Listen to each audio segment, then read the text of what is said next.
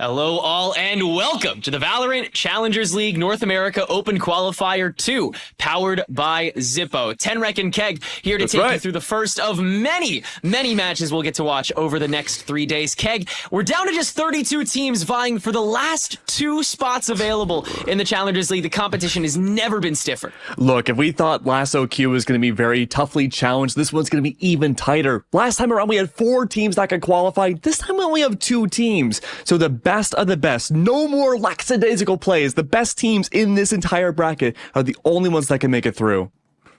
It's been a really tough fight for a lot of these teams, and it's come down to consistency. Teams that got so close last challenger bracket had to make it all the way through the single elimination open bracket that happened starting yesterday. 23 of the 32 teams that you see today, you also did see in the top 32 of the previous bracket. So pretty consistent for the most part. But we have some new faces, including one that we'll get to watch today starting things out. You'll notice that we have our full winners bracket up here. Those are your 32 teams that we'll get to watch. Of course, we have our matchup here. We have a couple others in the B streams. The one that we get to luckily focus on today is, I think, a great one to kick off with. It's going to be QOR taking on Mad Science. A huge duality between a team that is looked to be a favorite in challenger contention for so long, and a team that didn't even make it this far the previous tournament. Yeah, absolutely. I mean, starting off with QOR, right? I think they are the most underrated team when it came to the offseason last year. Absolute land demons. Every time they made an appearance, whether it be in Pittsburgh, in Vegas, where have you, they were the ones that made a very consistent grand finals showing, no matter what the circumstances were. But I will say the rosters have changed a little bit since the last time we did see them on LAN, and they haven't necessarily performed the same as they have in person online. So I'm happy QOR has made it this far, but there is a reason why we didn't quite get to see them make it through a lot of Open Qualifiers #1. So I'm only hoping this time around things have been cleaned up for QOR and that they can bring that land demon energy over to online. It's true. QOR, they did drop in the first qualifier, first to SAD Esports, who of course did go on to clinch one of those spots, and then down to the lower bracket where they made a solid run, ended up getting thrown away by Thinking Men, who ended up placing in at a runner-up position in that lower bracket. So, I mean, again, the teams that QOR has fallen to have been very difficult to face, but they are also not necessarily in QOR's way this time around. The seeding a little bit more favorable for them this time around, and so definitely the favorites coming up into this matchup. But Mad Science, they've been coming through with a really great showing in this round. It's 128 and 64 compared especially to their previous Open Qualifier. They've been showing up, and I expect them to today as well. I mean, there's a lot of story behind Mad Science too, right? So yes. Buckle up, kids. We have ourselves a bit of a campfire story time. So Mad Science has been around for a long time. You might not recognize the name necessarily. So they started off as Mad Science. Then they got signed to Dreams to Legends. They played a lot of the offseason as DTL. Then they left DTL and they're back to Mad Science again. This is not the same team necessarily, though, as we had seen on DTL or even the previous Mad Science. This is the same consistent core of Mr. Funhaver. We have Potato, we have Miniature, but those last 2 players, they swap around so often. In the last quarter Open Qualifier, we had seen Exalt take one of those spots. This time around, it's going to be Atlas. And let me tell you, yesterday, Atlas absolutely popped off in just about every single map they played in. So I'm expecting wacky compositions from Mad Science. That's what they're known for. But I'm also expecting a lot of individual pop-off potential that can absolutely be seen by the teams. Yeah, there's been a lot of change going on from Mad Science, both behind and in front of the scenes, and we expect to see a lot of it blossom into today, including those map picks, which are slightly off-kilter from what they were destined to run in the previous Open Qualifiers. Starting out with the Breeze and Split being those opening bans for Mad Science and QOR respectively, and we'll be starting out on Bind. That's Mad Science's pick, QOR choosing to start out on defense, followed up by QOR picking up the Icebox, where they'll also be starting on defense. And this makes a lot of sense for QOR to bring out defense first, because back when they played OQ1, they played up against Thinking Men. It was a demolishment on their defensive side. And although QOR didn't have the greatest showing in the world when it came to OQ as a whole, they brought Thinking Men almost 13-1 on their first defensive side. And of course, Thinking Men did start to bring it back on their own defense. So if I'm QOR right now, I'm looking to clean up my attacking side, make things a little bit more sharp. But if I'm starting off on the defense, I have a lot of wiggle room to work with it starting out. It's true, and a lot of that will end up showing in the compositions, which for core, as we've gathered so far, have been quite consistent for the most part. While this team is slightly newer with the more recent additions of Zilf, Zeldris, and company, core is still, like you said, kind of been figuring out the ins and outs of these tougher matchups that they didn't necessarily struggle with in those off-season lands that we got to see them earlier on in the year. But bind-wise, it's pretty set in stone. They know what they're doing. They have their classic initiator comp. They have the double controller set up with the Viper. They know how to face this. And like you said, on the defense in particular, that's where they exceed on them, having that jump start off of this against, again, a team that has a little bit of lesser experience, not just in this OQ, but in general as a squad, even with their recent additions in tandem. It's still looking like an uphill battle, like you said, at least in these first 12 rounds. Yeah, I mean, again, it comes down to mad science of what they want to bring out for their kind of wackier compositions. They've been a team that's been known to bring out your Reynas, your Geckos before he was kind of half sort of meta. Deadlock plays too, I'm sure we'll see this series. I do want to skip ahead a little bit to kind of cleanse the palate, I suppose, of the audience just a little bit more. After Bind, we go to Icebox, and this is a map that not necessarily either of these teams have played too much. Core did get to play it a little bit yesterday on OQ2, but if we look back at Mad Science, the last time they played Icebox was it February? They played it 11 months ago.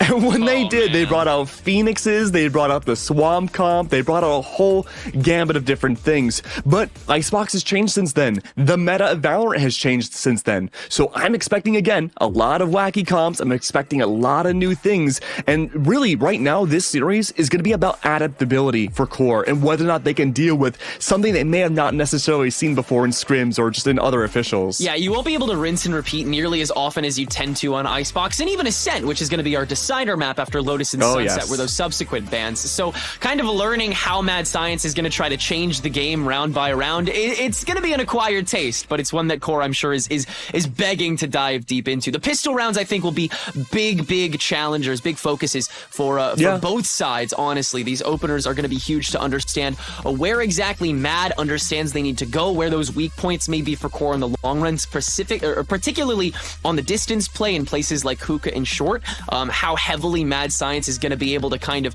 force those pushes every now and then from round to round. But up until this point, I must admit, I don't know what Mad Science is dragging to the forefront here on Bind. But Keg, you seemingly do. You know what? I may have gotten some insider information, but I want to keep this a surprise for everybody else. Let me tell you, there will be some wackiness coming out from every single map. Bind will be the most normal when it comes to the composition, sure.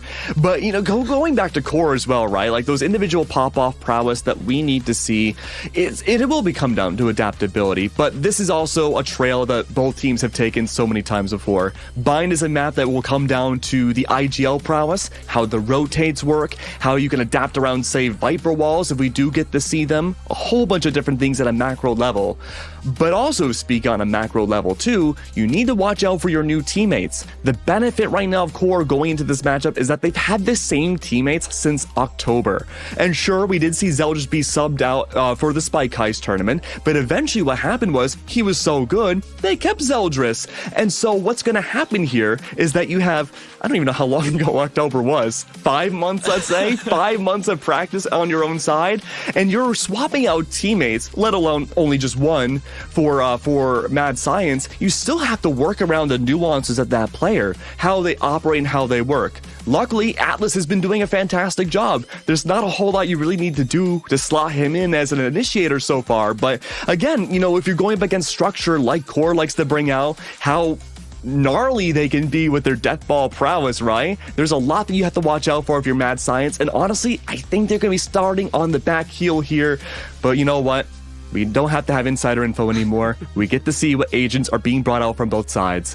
All right, let's see. Oh, there it is. Okay, let's see. Ghost of a glimpse, but yeah. So, wow. Interesting. Okay, so I expected the Fade to come out from Mad Science. Way back in the day, they were a team that would bring out Chamber quite a bit, and that was in the majority of the offseason. Not the case this time around. Double initiation, bring out the double controller too. That's going to enable the Rays to bring out a lot of that entry ability on this starting attack. But because QOR is starting off on the defense, we do get to have that chamber play. I don't know how I feel about attacking chambers yet. Every time we get to see this on Bind, I'm always thinking about VCT champs with NRG versus Billy.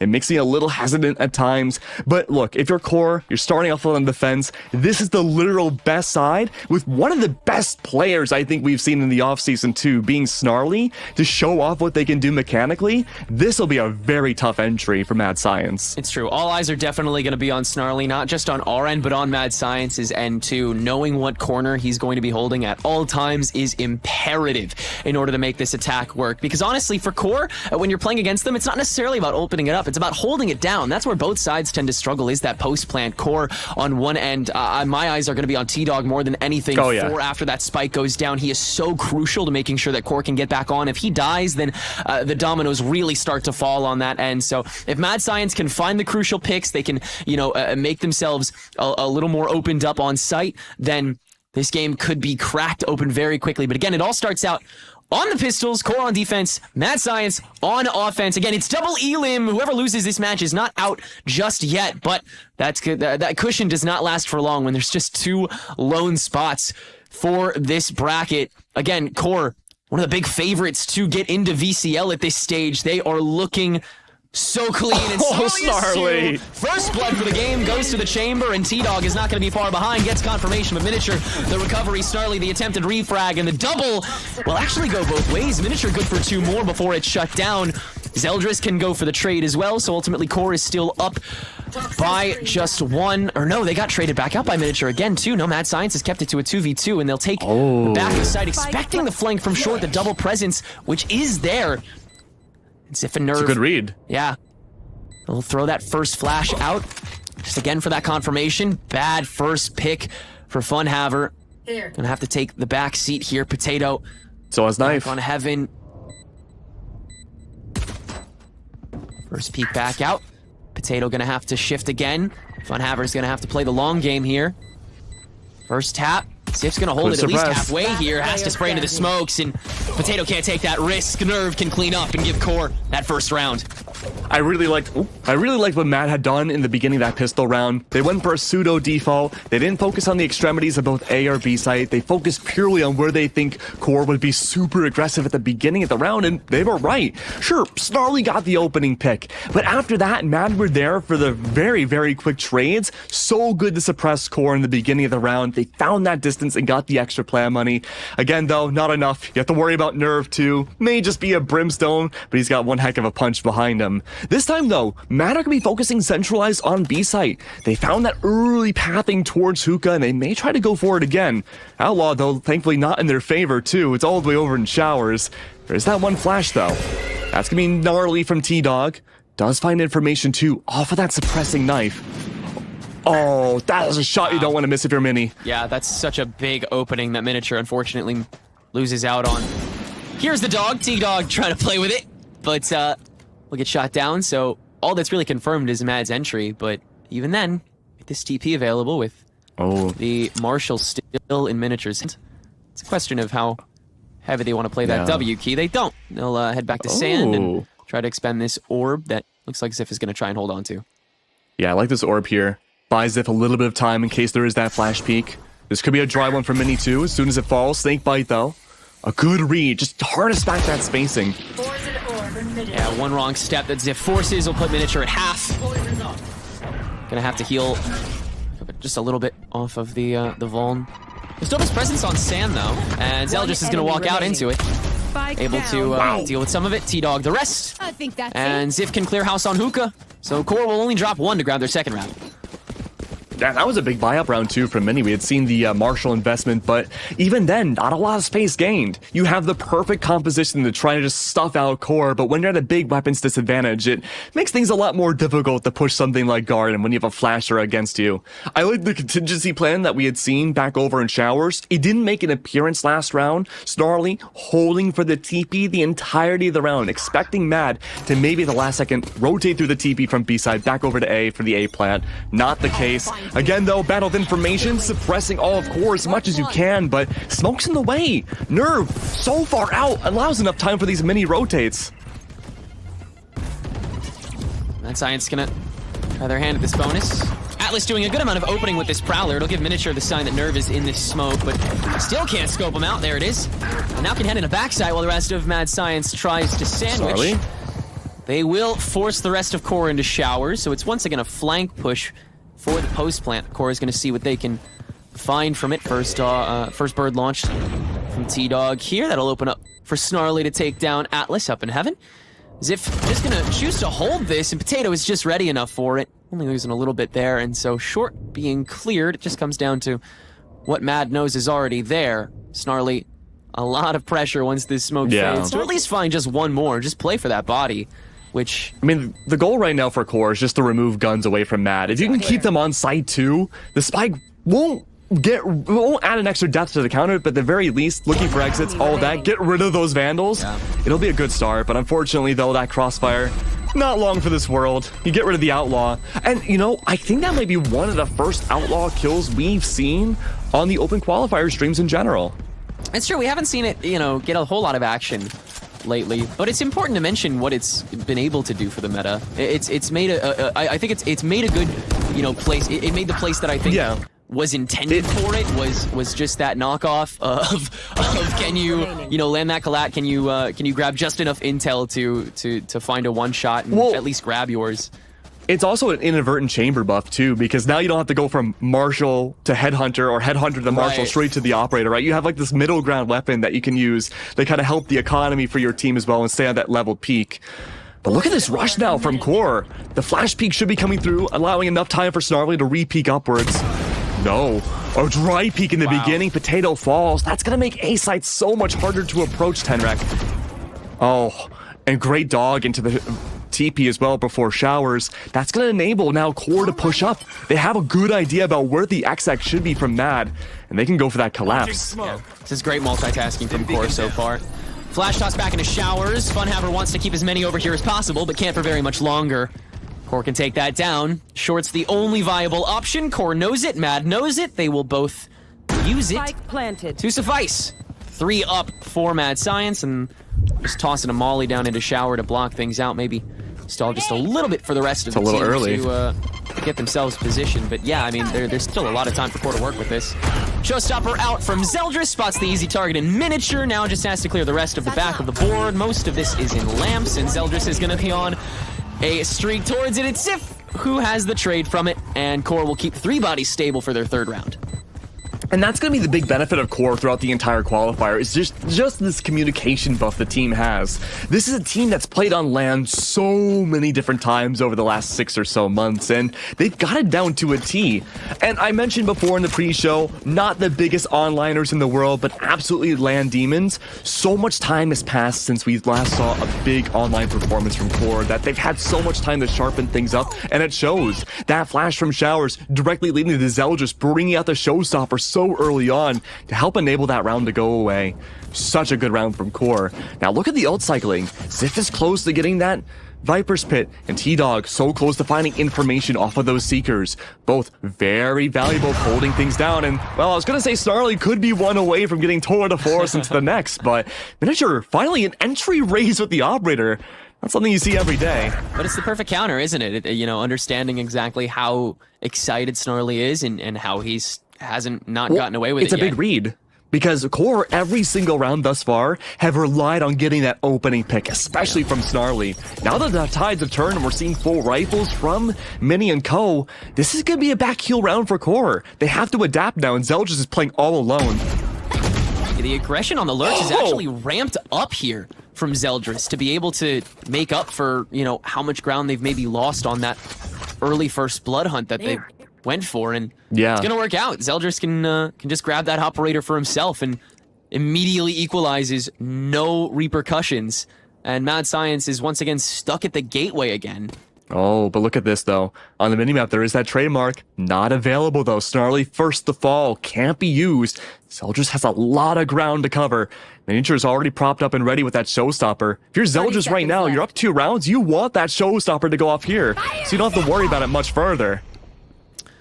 So just a spot miniature entering with the showstopper. no. Miniature on the hunt. Huge info. Wrong guess, and now the body handed over, but loses on the op shot, so has to toss basically all of his util in order to even save face, and it's down to the pistols. A miniature will ultimately win the duel on, now has to win another. T-Dog has a better gun for that, though, and now we'll toss out the cabbages in order to make the rest of this round work. Caught one on the boxes, knows that Funhaver is in lamps as well. It has to deal with both of them as Nerve goes for the defuse. Should be able to hold them both back. No way. There's one gone. T-Dog the turn. Mr. Funhaver cannot get to Spike. At least grabs that last body. And Nerve, for that matter, too. Pop-off King. 4-1 for Core, though. Great op shot. But again, it comes down to the communication from Core, being able to go for the defuse, trusting your teammate to hold the 1v2. T-Dog found all the information needed there for the crossfire, identified against Mad.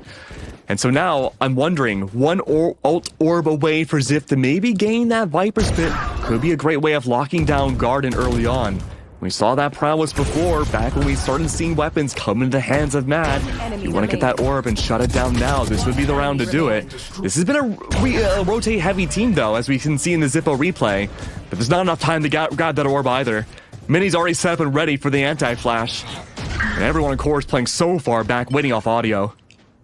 Yeah, they really want to deny Snarly early, but Core is already shifting. Snarly now playing deep into showers, actually. T-Dog unchecked by this first entry from Mr. Funhaver, and now he can go AWOL into Garden. A lot of damage already done early on, and still willing to toss a lot into Confirm. First bird just to know that there's still some presence in this room, which there is. Potato is stuck in the corner, and the dog might have doubly confirmed that too. With the smoke fading, does Core decide to peek this again once the snake bite expires? It's on T-Dog to decide if he throws this last bird in. And Mad Science, they have no real way into this. They've already used so much of their utility just to get on. The Haunt is available, the Boombot is available, and one more smoke for one snipe. But apart from that, Sight's basically completely open season here for Core, as T-Dog has no real reason to duck out from elbow, but he's going to search for a kill anyway, because there's no reason not to with this screen backup. In fact, he's going to reposition in the same spot he caught Funhaver too. He wants to double dip on this lurk. It might work. He's gonna connect. No, Potato! It's a miss that requires a bird, and still not enough. They're able to at least get the frag back, but Nerve can trade it out off the crossfire. 10 seconds to go. No way Mad Science can make it on. It comes down to how much more you can grab. One snipe is gonna grab a whole lot. Snarly the denial on a miniature, but at least a couple bodies that Mad Science is able to pick up on their eco. Core still, though, 5-1. Yeah, great fundamental reads. The fact that A side didn't work out well for Mad 2 rounds ago, the read was there that Core wanted to hold B side as much as possible. And that hold even went back over to Showers. We said it before, they're waiting for Mad to take that TP from B side over to A so Snarly can get all those snarlful kills. Mad Science have to go for a timeout here. They've been bringing out the same exact early round plays over and over, and it's being shut down so quickly by Core.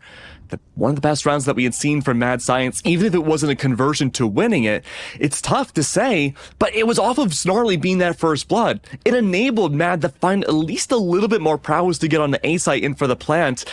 Unfortunately though, they backtracked quite a bit with that post-plant plays.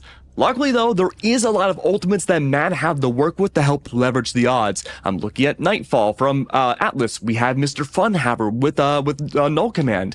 Both of those are such a good way to get past those initial choke points that Core have been using to dominate Mad Science. We need to see those ultimates come out very, very early, or it's going to just be an absolute throwaway from Mad. It's clear they want to start the fight immediately, and Mad Science has to meet them at that point. Yeah. They can't punish for the first round. They cannot go for the first blood every round. Core cannot do the same. This is ultimately going to be a brawl for the advantage before the brawl for sight. And it's a question of how much you can throw at the problem until it becomes ultimately too expensive. Mad Science, they clearly are willing to give a lot away for this first fight. Just hasn't worked super well for them in the long run thus far. But I think they have the right idea in being so willing to kind of burn a lot if it means grabbing even that 5v4, especially if Snarly or T-Dog is that first body. And most of the time, they're the ones on the front line. They are going to be the first to die. Absolutely. Big curious factor for me, though, is that Showers orb. Potato's 1 point away from getting that Viper's Pit. If you can get on the side with, say, the KOL or even the Nightfall, that'll be enough to get the Viper's Pit down and confirmed it. We'll have to wait and see. Again, entry ability has been the big struggle for Mad Science thus far. If you can just get some way past that choke point, remove Snarly away. Not that you know that Snarly's presence has been discovered yet. You just get past it. Get on the side, get that plant down without losing any bodies. That's the winning ticket to maybe gain your second round if you're Mad. Some great slow play before. Mad has to push up from so far back. That Nightfall up lamps will confirm no one, only that Core is on the other end of the site. That leaves room for Miniature to grab the first pick and the second one for that matter after grabbing the high ground. Utilist, but ultimately the front end of site has been cleared, and thus Mad Science, they are on, and they are here to play. Took 2 ultimates, but it was those 2 initiators that they knew they needed. Snarly is not caught by this knife. And there he goes.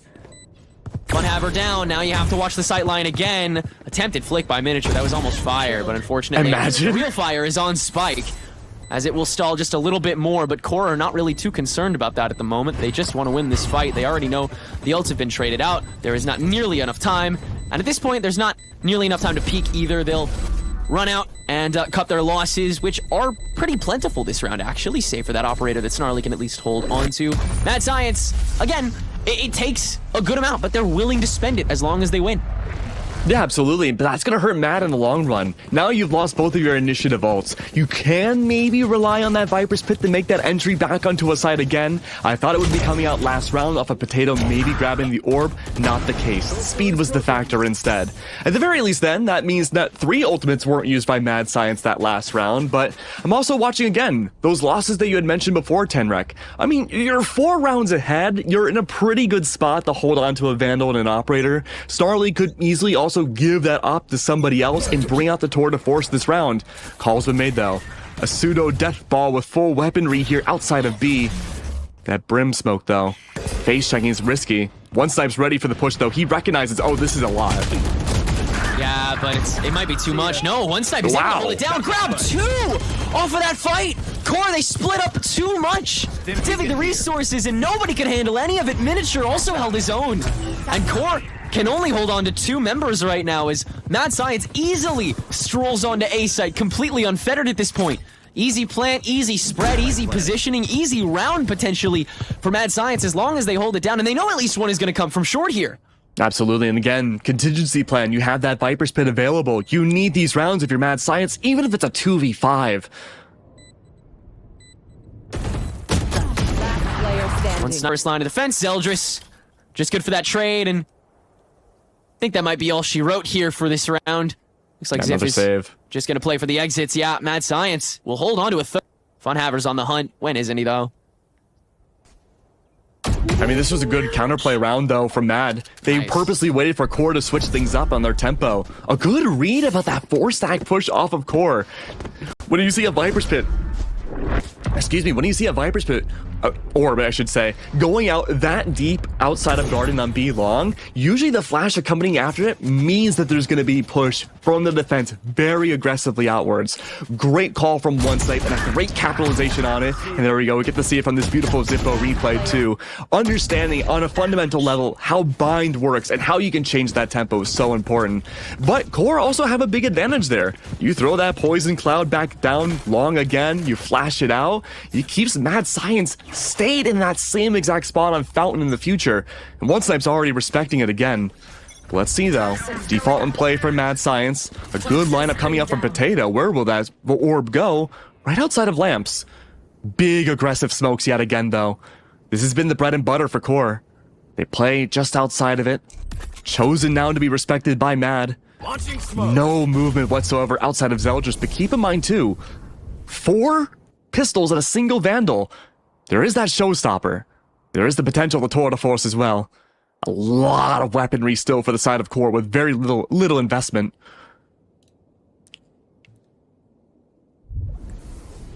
And again, it's all quiet. They still don't want to touch this, even when that standard eco is so juicy. Zeldris is the first to dip his toes. And we'll grab Potato. Atlas not one to repeat, but Zeldris not one to keep his gun out. Even then, just caught off guard completely. A good trade. Snarly.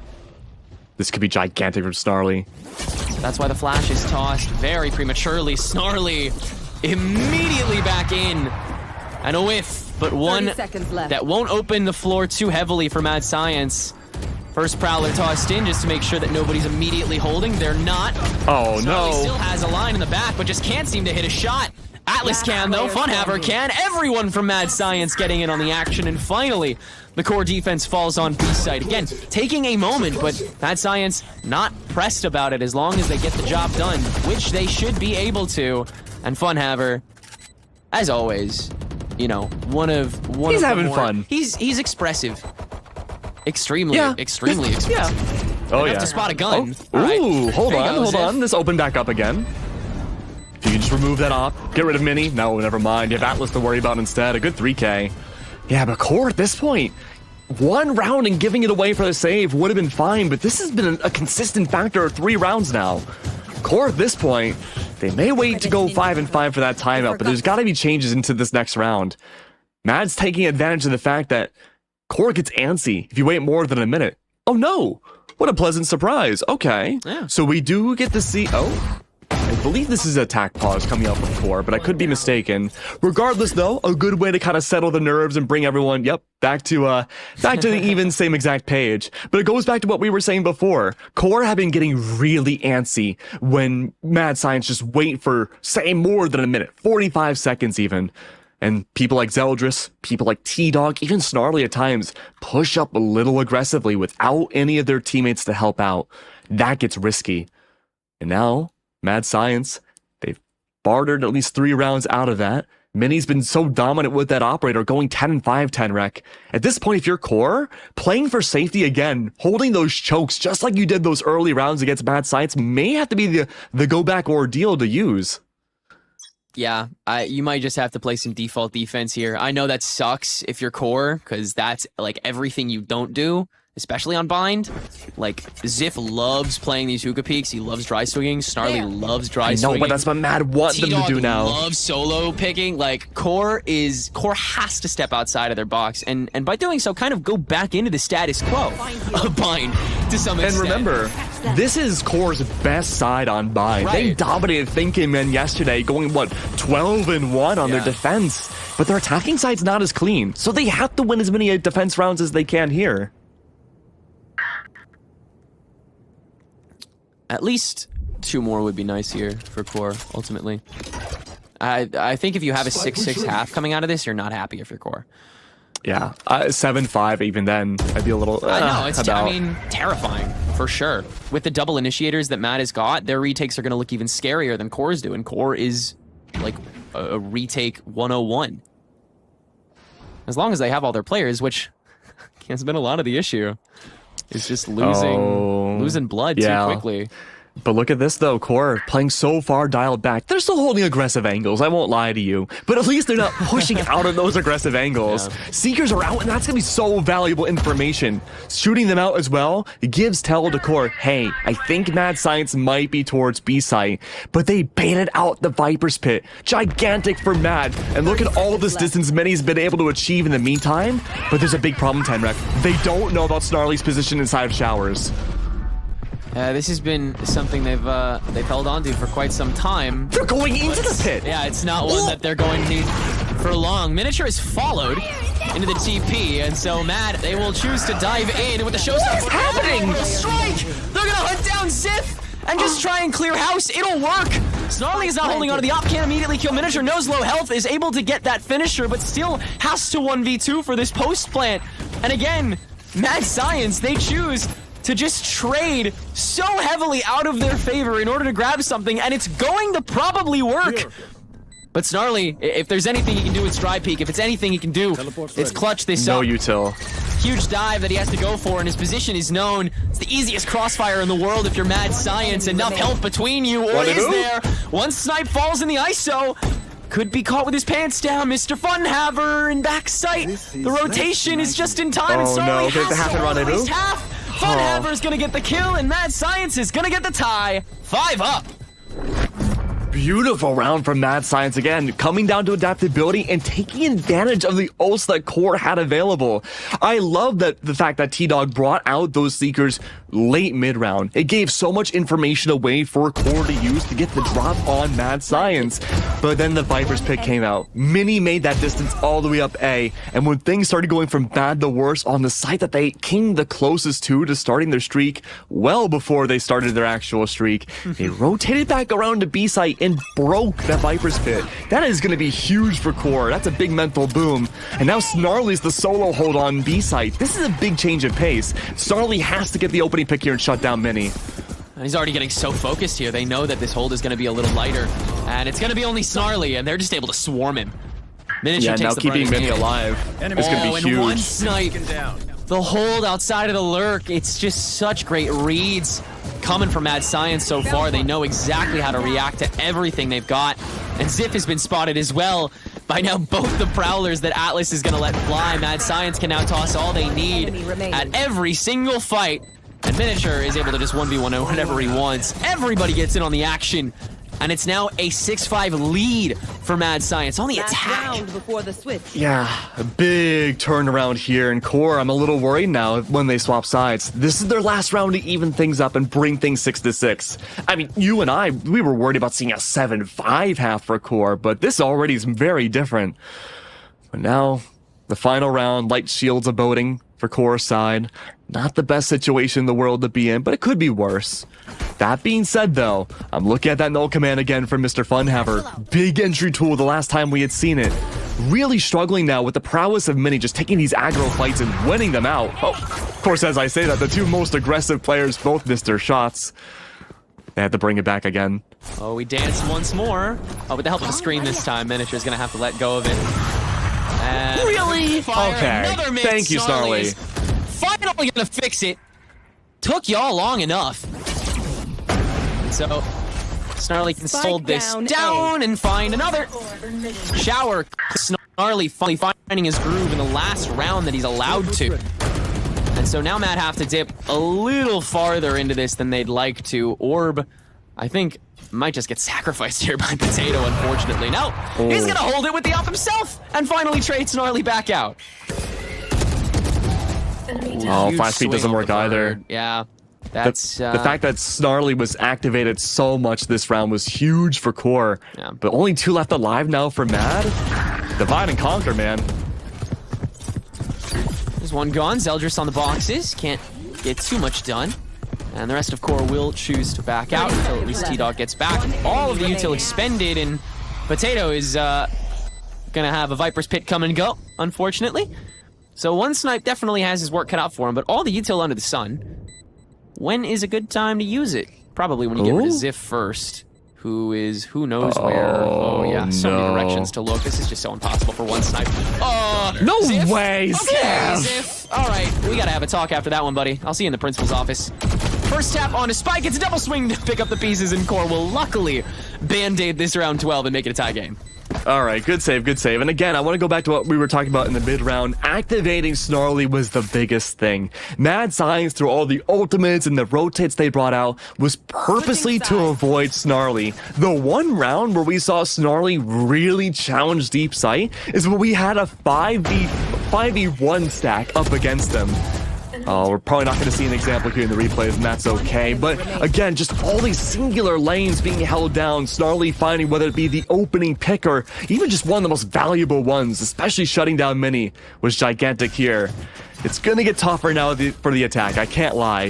Having an attacking Chamber sounds great in theory, but keep in mind too, by bringing out Chamber as your solo Sentinel, at least in terms of utility, that's going to make things a lot easier for Mad to push up on the lanes that Core isn't. And with that, it might mean we see a lot more flanks up against Core, which means they may never be able to fully push as a full 5-stack. They always have to watch their backs. Which is why they have the early spread now against the stack that'll pop out onto B long. Zeldris can hold it down and is the last one standing after a 3v3 escapade. So Core start out with early advantage, and so now maybe you're able to meet back with the rest of the team, stop that fragmentation, and just go up that one lane that you need. And a lot of the time, the lanes that Core have not been attacking are ones that they have been allowing Mad to intercept. It's been a very, there's been a lot of awareness in where Core has not been going so far. Zeldris is on the road to an ace and is going to be able to hear that that TP, so Atlas might just hand it to him here for the culture, obviously. Yeah, I mean, come on. Pretty please? Love to see it. Oh, paint shells too. Gonna hunt for it early on. A little bit of chip, but Atlas is going to have to push this, and Zeldris is going to have to be the first one that's up for it. Oh, the triple! Oh, good try. That Ziv is going to steal the kill for, and so Core will grab that first pistol round. Yeah, it really made Zeldris work for that final kill there. Yeah. Yeah, but I mean, what you were saying about the spacing is a really apt point. I think Mad right now, they need to start being able to play a little bit more aggressive. It's kind of the anti-plays of what Core wanted to bring out for their own defense, where they were pushing up and being overly aggressive, where they had to make that adjustment to dial back and let Snarly do Snarly things for the early round. Mad Science this time, they had that extra benefit of not needing to really worry about too much Sentinel presence. In fact, you know, both sides don't really have a big Sentinel presence to begin with. No. This is a perfect time for either one of these teams to go for those mini flanks. But Mad Science especially, the ball was in their court. Poison orb emitting. Okay. Yeah, I love like the mild anti-lurk plays that these teams have been going for. They're very clearly terrified of them just because of how far back everyone's been forced. Mini. It's been a game where both teams, they just really want to fight, but they're also just constantly losing when they do. Greed has been the enemy of both of these squads more than these squads have been. Funhaver is able to win the first duel to open things up. Miniature the very same as the hold from Showers is successful too. So Mad Science starting things out with a bang here. But low health on some of the competitors means that Core will still grab sight pretty uncontested. At the very least, they'll have intel as to where these last couple members are. But Core, they're going to divvy up the resources, make sure that Atlas is taken care of. Nerve has to hold that down. And so Core just have to play this waiting game against a score of Mad players who are now coming from lamps. Big swing that Snarly's able to grab the first pick off of. Nerve can hold it against Atlas. So far, so good for the remainder of Core Gaming. Potato's orb tossed up, leaves a little bit of time for One Snap to go for this deep, use at least the tap for it, but Snarly, the early pick, means that One Snap has to play the 1v3 instead. Can't do it, and it's Snarly that'll grab 3 this time for Core's 8th round. Great work for Snarly, and again, I feel like in the later parts of these rounds, I should say, it's really going to fall onto him and Zeldris' shoulders to really leverage those odds. I mean, Zeldris 13-13, Snarly's not too far behind. Ziv, of course, always has those great pop-off games when you don't expect a Viper or even like a Sentinel presence to do so. But again, as long as you can just leverage these numbers away from Mad Science and keep them distanced apart, that'll be the big play. Mad Science aren't necessarily playing as a team too much, except for these early rounds. We did get to see that strong peak B-side early pistol round. We see that same smoke again. This time, though, no follow-up, no flashes just yet. Still that anticipation of waiting for the hookah dropout. The flash outside the brim smoke to their behind them means this could be a fake smoke, and it would be. The hookah's being held still by Mad. Everyone's playing so cautiously right now. This is an important round. Mad have so many rifles here, and they can't lose them.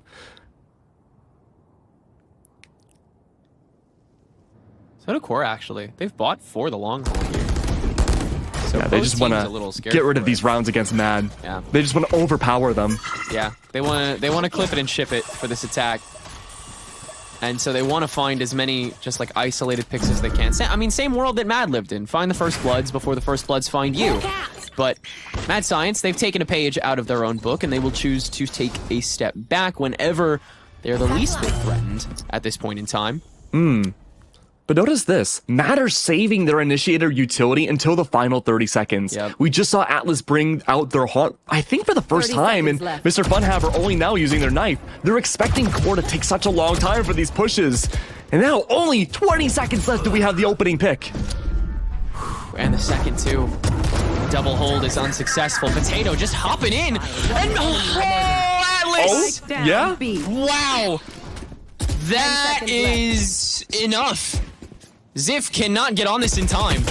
And Atlas is going to grab 4 off of, again, just like getting the drop on a Core that waltzed right in the second that they thought they could. Greed was initially their greatest enemy, but the clock might become it now that these teams have become so humble. I think it's important to consider too that Core's info gathering capabilities is going to be a lot weaker than Mad's. You only have Sky with 2 flashes and their dog to work with. It's going to be hard to clear out every corner on B-side Vine, but you know, that's also a pretty common spot that people will hide in too. It's okay though, Core still 1 round ahead, they can clean up those mistakes. Mad though, having the weapons advantage into this round, can absolutely leverage it. This time they use their info gathering much earlier. They're expecting Core to push in much more aggressively. Seems they're about to. Huge 5-stack up short. Miniature might walk face first into here. Just let go of. All spotted. Can't avoid the dog. Instant first kill. Instant backup for Mad Science. They'll have to accept their positions in Shower and Link for the time being. Spike is 100% going down here. It's a matter of when. T-Dog says right now, I don't even care that I'm going to take some damage. And Zeldris is just going to play guard dog here with the showstopper until timer ticks down, seeing if they can find something from the early pick from Showers. But Potato is holding really far out for the rotation that Nerve actually might go for. No, they're holding for the even larger rotation. It's getting real Blue Marble vibes. No, yeah, Nerve is definitely holding for post plant for those lineups. Still a Molly in their possession. 1 enemy remaining. Rest of the angles seem to be pretty held up. And yeah, Core is able to keep it pretty stabilized this time around. Enough setup off of that opening kill, and Mad cannot reverse that polarity just yet. 9-7. If I'm Mad Science right now, I'm expecting Core to play a lot more aggressive from here on out. That was one of the cleanest rounds we've seen so far this entire half. And it prevented someone like Atlas to scale up last round when you're so tunnel vision of just getting onto the spike and site and getting that spike down. You're not thinking about every single little corner to peek into. And especially denying Miniature that judge early round, that could have been a mess against Core. Mad Science now, holding the lanes early on, just waiting for the double swing trade ability outside the most critical places of this map. And it's Core to find the one place no defender is on this map to push into. Pretty quickly, too. Gives Zeldris the easy opening. And Zip the easy picks on the return to TP through short. It's another just massively effective cutoff. That'll even work into the invasion into tree before they decide to plant. Core, crossing T's, dotting I's. Mr. Funhaver, the only letter left here for Mad, and he's once again going to be the loudest one. As a roll command, I don't think you use that here. No, I'm absolutely gonna not. Be so real. Oh, man, if only he ran away towards spawn, saving that Phantom could have been so important. Look at the buys going into this next round. You can buy up, but you could have gotten a heavy shield at the very least, one for your team, by just keeping a simple Phantom. And even then, yeah, you can get full rifles here, and you have light shields at least, but you don't have much afterwards in case you lose this round. That's why the ult leverage is going to be so important here. We already have Nightfall and Null Command soon to be activated, but I'm also looking at Miniature. They are on A site. They could farm up that Shower Orb. Core hasn't really pushed into that too much. The Mini's also set up now. Just look for that opening pick off this flash. Info's been gained at the very least, keeping those on A site at bay. While everyone else on B site's backing up. They're expecting these rotates from Core, and they'd be right to do so. Zeldris is just going to rinse and repeat, and this time Atlas is there to stop it, and so much more. Nerve also shut down, and it's got to be even quicker here from Core, and that means it's got to be a little less stealthy, a little less put together.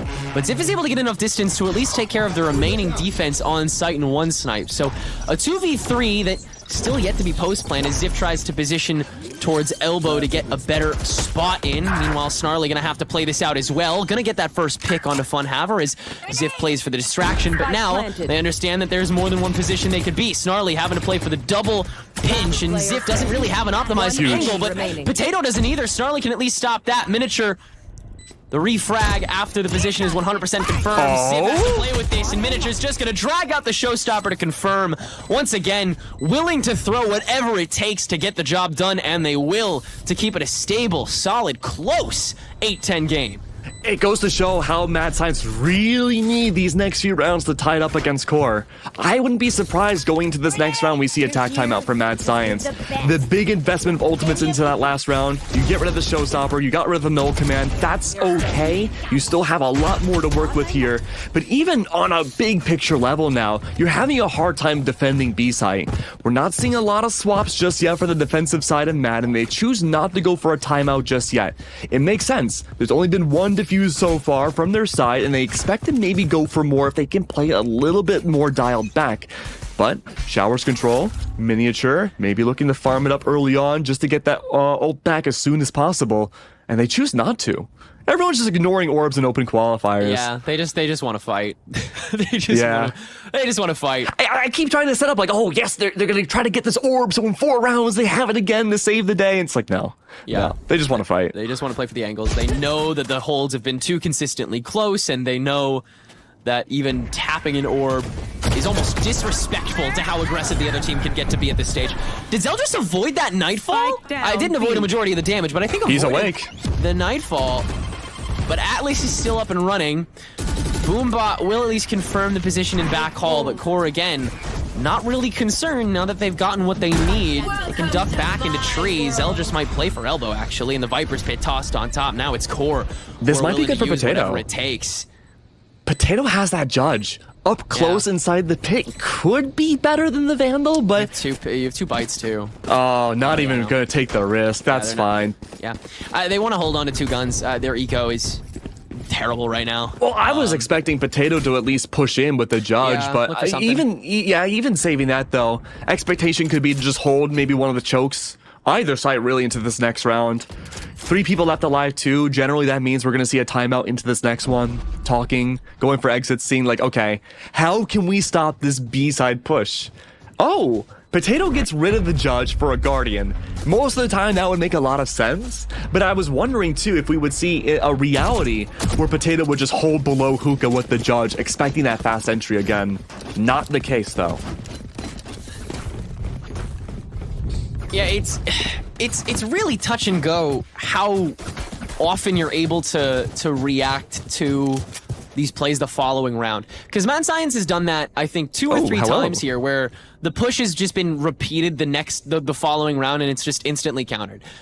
Which, you know, I mean, how to play Valorant 101, but like, it's unclear of, you know, how you can reposition to counter it the next time and just have that all set up for the remainder of the game. Core's really good at disallowing stuff like that specifically, where you have those like short chokes and you're like, okay, now that we know how to counter this, we just have to do it a couple different ways over the course of the game. Core will deny all of them. They will counter all of your counterplay the second you do it once. But that should be easier for Mad too. They have so much good info gathering through a wall that you can see. They have a knife. Like like that's all you need. The haunt too. But look how far back Core played these early rounds. They're waiting for the util dump before they swing, and well, if you're a nerve, also die.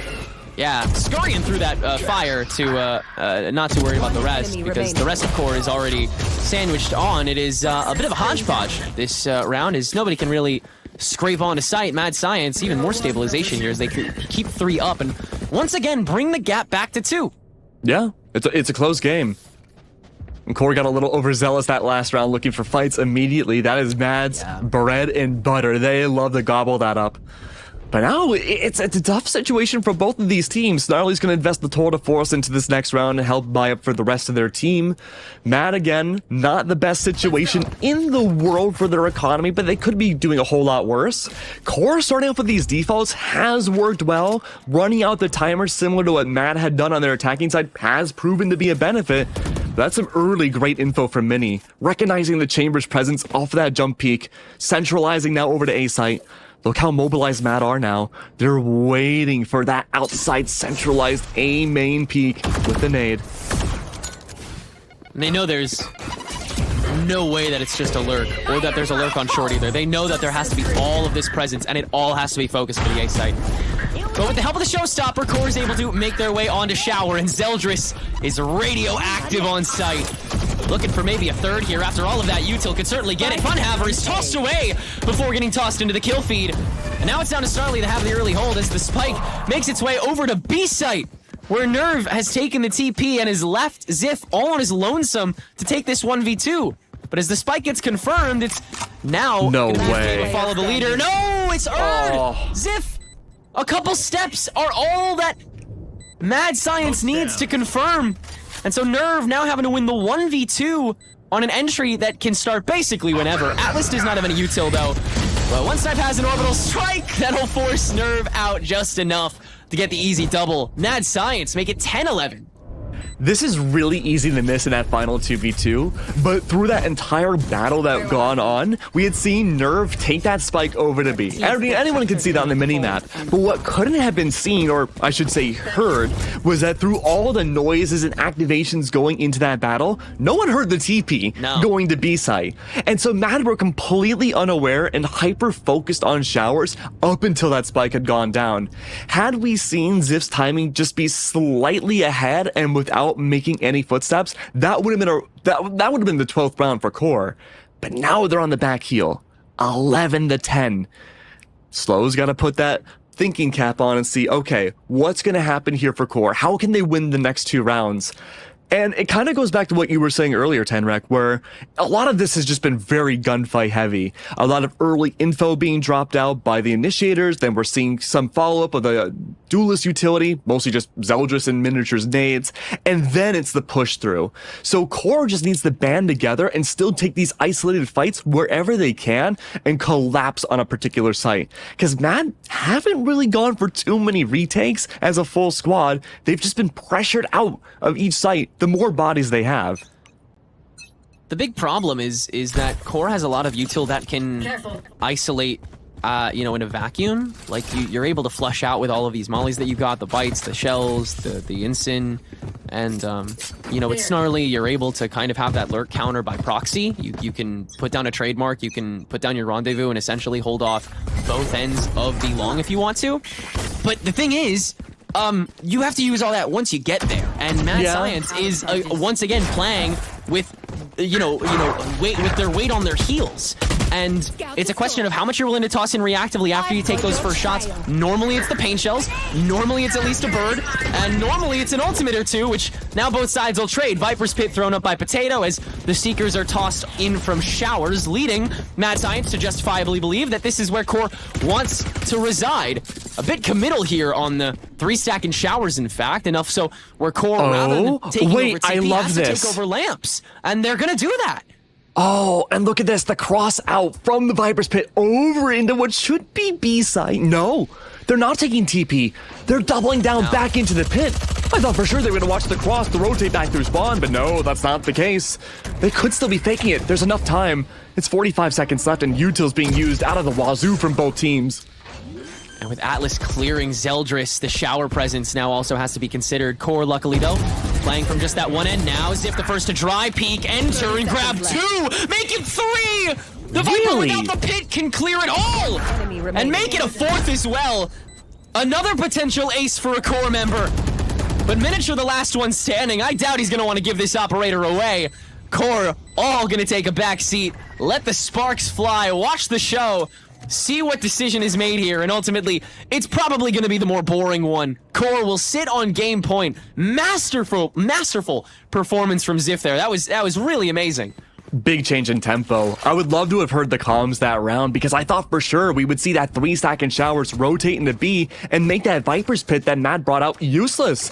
Instead, they doubled down. I love that fast, aggressive play. If you're Mad Science, you're expecting teams to counter that Viper's Pit by just pushing in. But instead, there was that lamps control that was forgotten about. Oh, okay, good for Mini. That's good for 1. And look, at this point, Mad, this might be your final chance to go for a timeout here. It'll give QOR some opportunities to talk as well, but, I mean, you gotta do whatever you can for survival here. I will say, though, I love this push-up from Ziff. You highlight it yourself, taking those individual fights, catching everybody off guard. That is exactly what you want to see from that individual pop-off power that QOR has. And yeah, no timeout. Expectation, that last round was the 3-stack crossfire on B site. Mad for sure thought off that timeout that it should have been a B side push. Nope, it was double down on A. And now, Mad are doubling down on A site, expecting it to be A again. But it's a big, blunt push towards B long to start things out, which might egg Miniature out into short. Oh no. Bubby. the wall. It pushes back Mini a little bit. But He it may think it's forces- safe. Yeah, it forces that 1v and the boombot toss to the other end. That shouldn't spot I don't Snarly. think that spot's Snarly now. So they only know about the presence on B still, but man, Oh, but got that Tenmark, they don't intuition. know about hookahs. no. Okay. That's huge. Dog is not going to spot anything. Easy dry entry. Orb is going to get heard, so Mad is going to start rotating now, probably. Orbital strike immediately on one side. Yeah, silent, but so deadly. Core didn't need info. They got all they needed. They got all the space they need. Process of elimination, this is where the rest of Mad must be. And here's Ziff, now finally waltzing into frame. Miniature also caught with his pants down. Core's timing this round is immaculate, and it shows in the kill feed. It's about to show on the scoreboard. Funhaver down to a crisp. Miniature finally on the run back, but no clean way to grab a rifle, so has to play for the op shots in the 1Vs, and so many he has to go through. A 1v5 to save face here on Bind. That Miniature has no chance of winning. Core making a flawless round 23, and will finally break open Bind enough to grab the win. I mean, look, a game of timing, a game of pressure. That is the Bind sandwich that we see right there, and Core was the absolute meat of it. They did such a great job playing around the timings, both macro level, micro level, against Mad Science to show them, hey, look, we know this map. Sure, maybe the attacking side hasn't historically been the strongest for us, but we've been cleaning it up since the first Open Quals. But, I mean, credit where credit is due. Mad Science, I think, played a very good That's true. reactive game with the remainder of Core. Core clearly had their goals set out, and Mad Science did everything they could to deny them and made some really great predictions. I think the reason that Core was able to jump ahead was because they actually started defying them. Why would you expect everything apart from that dry peek from Ziff to still be in lamps? Why would you expect that pack in when the knife is free, when the Prowler is free, when the Nightfall is free, when you have so many of these tools that Mad has used again and again and again to torment Core? They still, again, defy the odds, defy the expectations just enough to get by. But like you said, that was the most boring composition. That was the most inside the box thing we were going to see from Mad Science. Anything could still happen on Icebox. Look, I'm just saying, Icebox we haven't seen from Mad Science since March of last year. Bind was a pretty standard map, all things considered. You know, it was just mostly gunfights, a little bit of utility being brought out here, but I think the wackiness will start here on Icebox. But we're going to have to take a small break before that gets started. We got to make sure we're all prepared and set up for Icebox, so don't go anywhere. We'll be right back. The game starts long before the game starts. You get your gear right, your keyboard, your controller, your controller's controllers, and the keys to your keyboard. Because warm hands are faster hands. Gain the upper hand and power up your pregame warm-up with Zippo hand warmers.